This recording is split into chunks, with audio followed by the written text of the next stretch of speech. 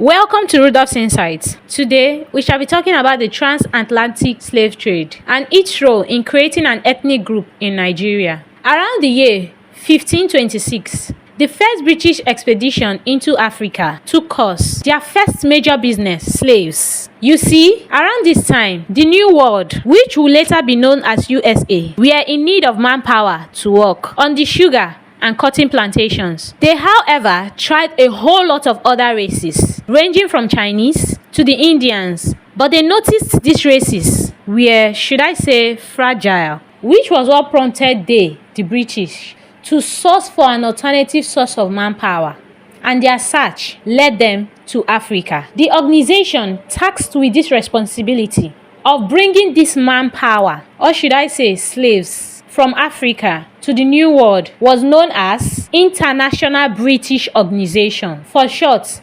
IBO, as an acronym. The major source of these slaves, however, were from many West African regions, ranging from Cameroon, Equatorial Guinea, Ghana, Nigeria, etc. But for the purpose of this, we will solely focus on Nigeria. You see, the International British Organization IBO bought slaves from several African countries like Equatorial Guinea, Cameroon, and the Congos. And these slaves were usually kept in ships, but their final route they usually transported these slaves from was known as the Bight of Biafra, now known today as Bonny. And so they would buy these slaves from all these African countries, namely Equatorial Guinea, Cameroon, and some parts of Congo. And when their boat docks in Nigeria, these slaves will be taken to a landlocked part of Nigeria, away from the sea, so they wouldn't escape using those sea routes. The perfect place they chose for this is what is today called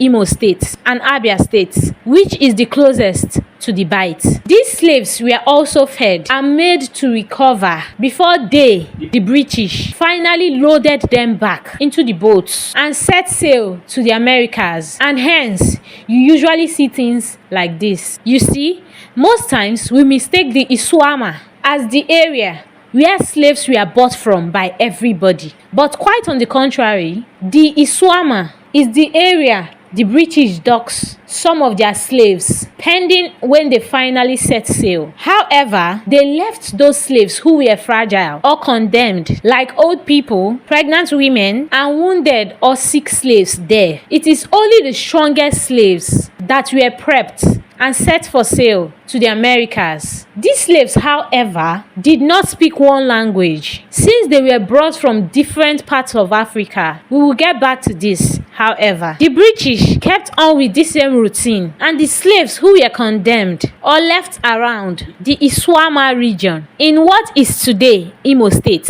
which Abia State was also inclusive, those slaves started procreating and multiplying. But the British, however, did not stop their trade. However, the last batch of slaves who were meant to set sail did not, due to the abolition of slavery around 1807. So the last batch of slaves brought from Equatorial Guinea, Cameroon, and the Congos never set sail because of the abolition of slavery. The British had to leave these slaves in that Iswama region. Seeing that slavery has been abolished, however, the British still wanted to control the region known as West Africa, which they have started making plans for a long time ago by introducing colonialism. This, however, will be the topic for another day. The slaves whom the British left had already grown considerably large and wanted an identity for themselves, and hence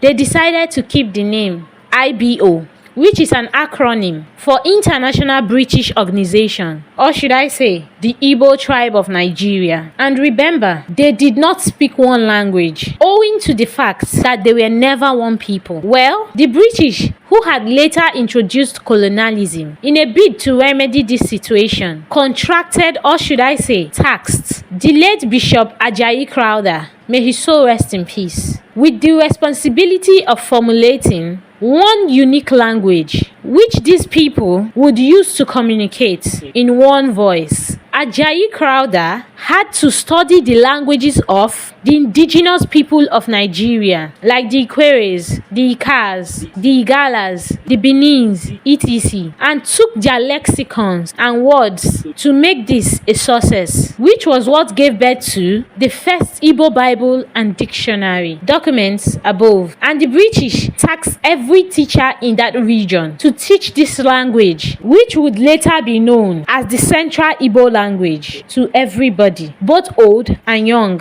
This is Rudolph's Insight. I hope you learned one or two things today. Thank you for watching.